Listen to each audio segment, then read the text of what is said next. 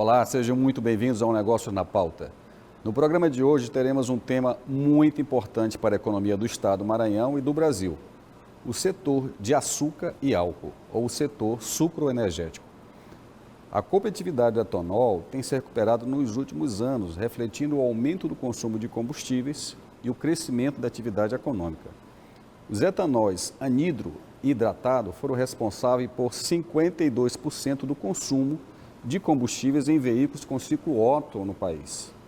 O Brasil é atualmente o maior produtor mundial de cana-de-açúcar, com a produção de 757 milhões de toneladas em 2020, enquanto a Índia, país em segundo lugar no ranking, obteve uma produção de 370 milhões de toneladas. É também o segundo maior produtor de etanol do mundo, produzindo 28 bilhões de litros em 2021, o que equivale a 27% da produção mundial, perdendo apenas para os Estados Unidos, com uma produção de 56,8 bilhões de litros no mesmo ano, o que equivale a 55% da produção mundial.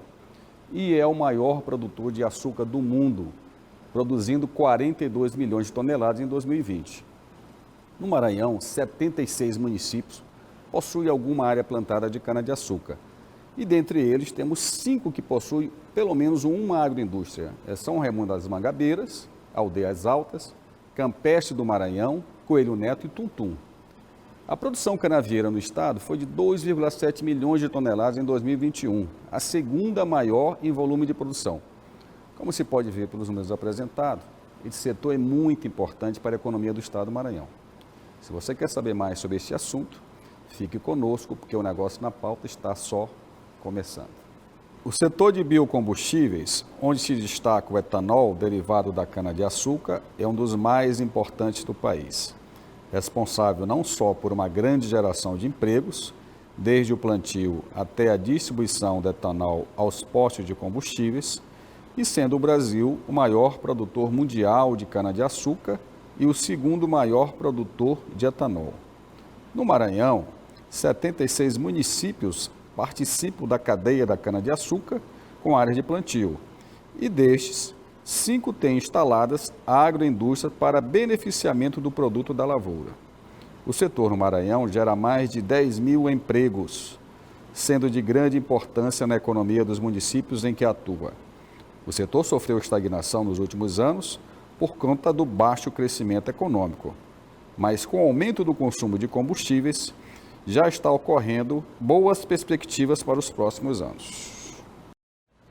O principal produto do setor sucroenergético do Maranhão é o etanol anidro, com 146 mil metros cúbicos de produção em 2022.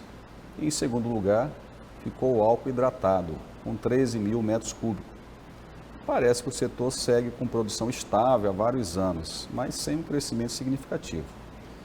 Para debater este tema, recebemos aqui no estúdio o Milton Campelo, que é presidente do Sindicanalco, do Pará e Maranhão, e Fabrício Brito e Silva, que é chefe de assessoria técnica da SEDEP, a Secretaria de Desenvolvimento Econômico e Projetos Especiais do Estado do Maranhão. Bem, muito obrigado pelo convite, por estar aqui. Fabrício mais uma vez, Milton pela primeira vez. Muito obrigado, Milton. Obrigado, Arthur, pela oportunidade e a TV Guará. Nós entendemos que esse assunto que você está trazendo no seu prestigiado programa é muito relevante para o setor e para o próprio estado do Maranhão. E é uma oportunidade para que nós possamos falar um pouco desse relevante setor produtivo do estado. Então, um setor que contribui, mas que, de certa forma, precisa comunicar mais, estar mais próximo, notadamente da sociedade mais urbana, vamos dizer assim. Porque o etanol, ele está na vida de todos nós, no processo de mobilidade, né, de pessoas e mercadorias. E nós vamos poder falar um pouco mais sobre essa presença durante o seu programa. Muito bem, Fabrício, mais uma vez, seja muito bem-vindo. Olá, Arthur. Primeiramente, obrigado pela oportunidade. É um prazer estar aqui novamente dentro de um diálogo muito relevante para o nosso estado, como sempre, Arthur, você contribuindo para o desenvolvimento econômico do Estado, colocando atores das principais cadeias produtivas para conversarem sobre temas relevantes. E para a Secretaria de Desenvolvimento Econômico, é um prazer estar aqui, especialmente com o Milton, falando sobre biocombustíveis, sobre a cadeia do etanol, que é extremamente relevante e representa um potencial gigantesco para o nosso Estado. Bacana. O nome do setor é sucro energético, né? Um pouquinho complicado. Aí a gente está falando assim, o setor de álcool e açúcar, que as pessoas entendem melhor. Porque, na verdade, você pode produzir através da cana ou álcool ou açúcar, né? E a produção aqui no Maranhão é basicamente destinada para o álcool, né? Ô Milton, como é que você avalia a atual situação desse setor aqui no Maranhão e no Pará? Bem, os biocombustíveis, né, eles estão no centro da política governamental da mobilidade. Como o nosso país é caracterizado pelo modal de transporte rodoviário muito forte, então demanda muito combustível, né? Combustível fóssil e o nosso biocombustível. Eu diria, Arthur e Fabrício, que a perspectiva para o setor é excelente, principalmente pela transição energética que o mundo passa hoje. Então, falando com você que está em casa, nós estamos acompanhando os fenômenos climáticos que acontecem no mundo todo. Não é mais novidade para ninguém.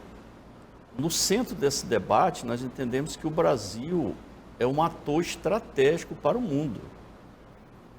O Brasil não tem participado como um player, né, um ator relevante em questões mundiais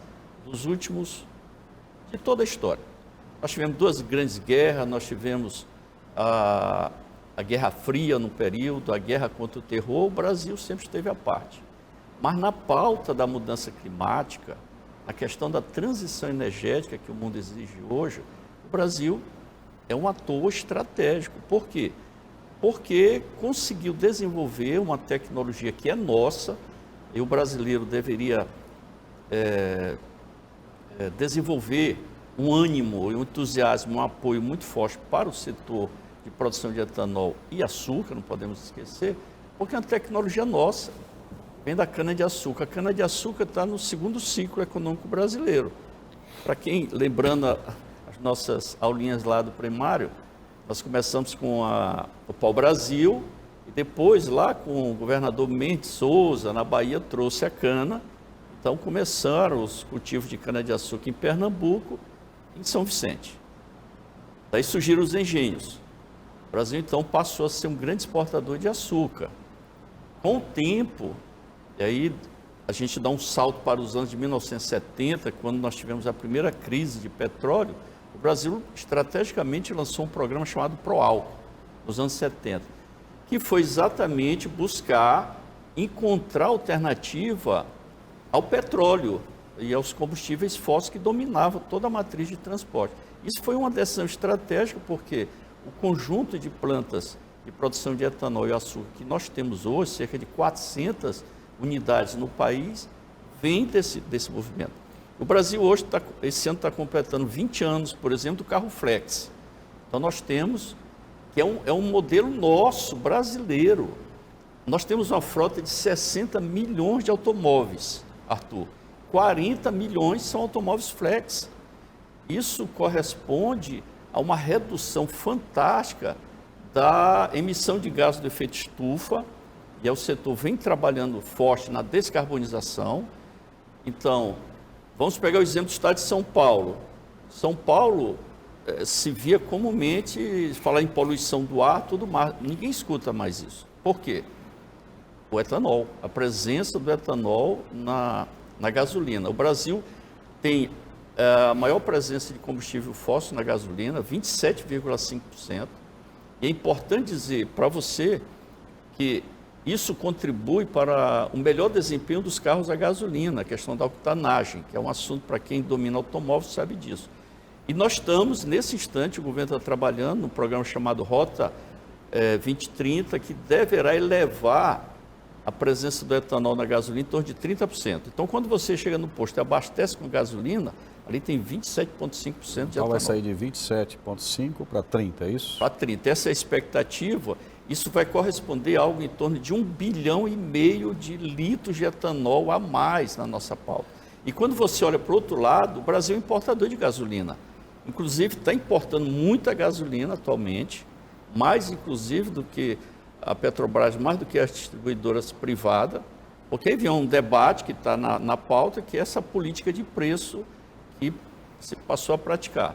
É claro que, como consumidor, imediatamente nós ficamos satisfeitos com o controle de preço, mas é preciso lançar o olhar um pouco mais à frente e verificar o quanto que isso está representando em termos de capital brasileiro que está saindo para a compra de gasolina. Então, quando você eleva o nosso percentual do etanol na gasolina, além de você segurar divisas internas, nós estamos contribuindo para a redução da questão da descarbonização no ambiente. Isso é um ponto muito importante, porque o Itaqui se tornou, nos últimos anos, o maior polo de importação de combustíveis, derivados de combustíveis como derivado de petróleo, como o diesel e a gasolina, que nós estamos entrando aqui em São Luís.